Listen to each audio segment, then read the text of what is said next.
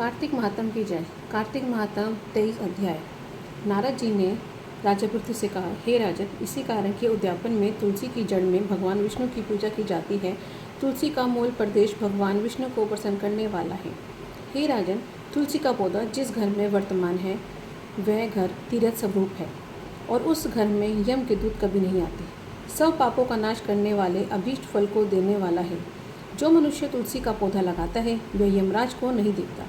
भगवती नम्रता का दर्शन, गंगा स्नान व तुलसी के पौधे का संसर्ग, यह तीनों पुण्यप्रद है। तुलसी का पौधा लगाने से, सींचने से, दर्शन से और तुलसी को छूने से कामिक, वाचिक, मानसिक आदि संपूर्ण पाप नष्ट हो जाते हैं।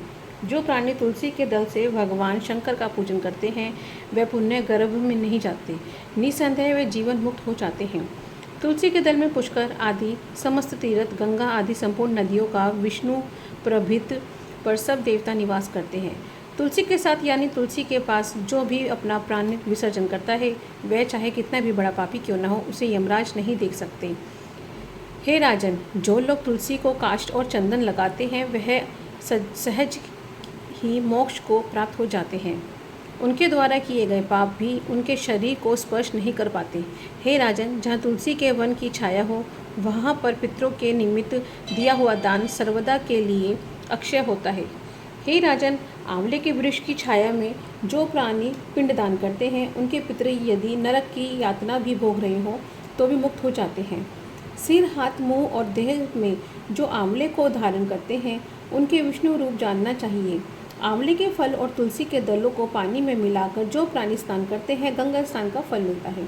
जो मनुष्य आंवले के पत्तों और फलों से देवताओं का पूजन करते हैं उनको स्वर्णमणि का मोतियों द्वारा पूजन का फल प्राप्त होता है। कार्तिक मास में सब तीर्थ, ऋषि, देवता और सब यज्ञ जब सूर्य तुला राशि में होता है आंवले के वृक्ष में वास करते हैं।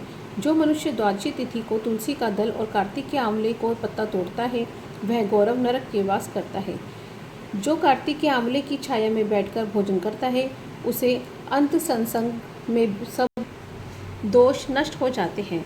कार्तिक मास में जो आंवले की जड़ में भगवान विष्णु का पूजन करता है उसको श्री विष्णु क्षेत्रों के पूजन का फल प्राप्त होता है।